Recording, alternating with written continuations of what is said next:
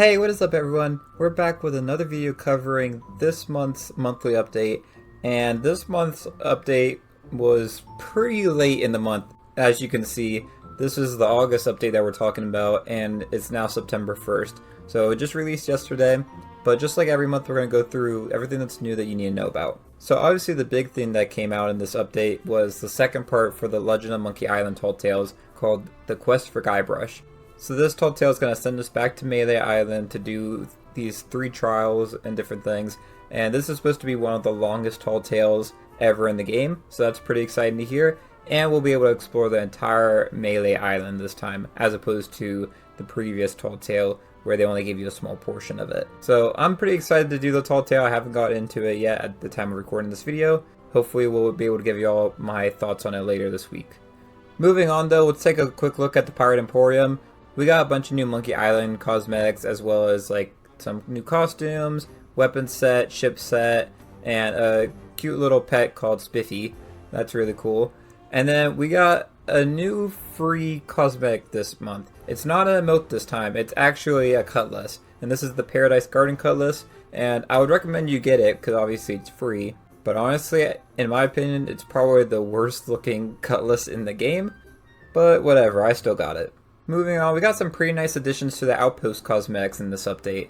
So first we got some new Outpost stock with the Ashen Dragon set. So we got some new Ashen Dragon clothing items and swords in this update, all available for gold. We also got a ponytail hair and silver bearded mustache from the clothing shop, as well as you can get the Lucky Hand wheel, pistol, shovel, and fishing rod, which I feel like is a little bit of a weird combination of stuff. You would have thought like they would release like the whole set of these things. I kind of found it a little bit weird when I went to the shipwright and all you saw was just the wheel was there, but still seems pretty cool. We also got a bunch of new Flaming Jackal cosmetics as well for the equipment and weapon shops.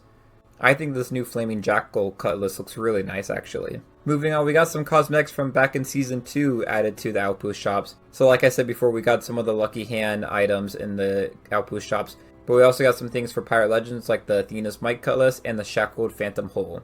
If you're curious though, the Ocean Deep items from Season 2 were time limited, so they are not added in this update. Something else I found kind of interesting with this update is that we actually got a refresh to the Emissary Ledger rewards. Usually this only happens when we get a new season, but I guess because of how long Season 9 is going to end up being, they just decided to do it now. So for each of the trading companies, we got a new spyglass and a bucket for reaching the different levels of the ledger. So those are pretty cool. I haven't got to see what all of them look like, but I'm interested in it. It would be a nice thing to be able to unlock now.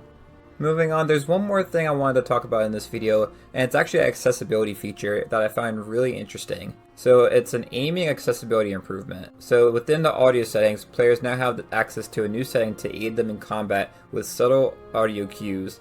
This setting is off by default, but when enabled, players aiming their weapons at an opponent will hear an audio cue to help them guide their shots. I'm curious to try this out actually and see if does it actually help you play the game better or not. I think I'm going to be testing that out and I'll let y'all know how that goes. Other than that, there was just a bunch of bug fixes. There was one notable thing that was added in this update, and I kind of have to demonstrate it for you to see. So if we go over here to the ship, it's a little bit low on the dock for me, so it might be a little bit hard to do it. But basically, they changed it so now if you jump and you land on the top bar right there, it won't make you go down anymore. You'll actually just be able to climb right up. And that's been something that's been super annoying. It's been like that since the game first released. And now, 5.5 years later, it might actually be fixed. So let me give it a shot. Ah, no, that's pretty nice. I think it worked right there. We can try it again real quick. That one, I don't think I made it all the way to the top, but basically the idea is if you were to get like that top rung right there, you'd just be able to climb right on without it like pushing you down or anything. So that's a pretty nice change in my opinion. So that pretty much covers everything you need to know about the August Sea of Thieves update. It was actually a pretty substantial update. We got a new Tall Tale, which is supposed to be the biggest we've ever got in the game. We got an interesting accessibility like aiming feature. And we've got a ton of cosmetics, and not just for the Emporium, for the Outposts and stuff too. So I'm pretty satisfied with this update. I'm hoping we keep getting more updates like this going forward because we need something in the game to keep us going for the next several months while we wait till Season 10 comes out. If you enjoyed this video though, it'd be great to like and subscribe. And until next time, thanks for watching, and I'll see y'all later. Bye y'all.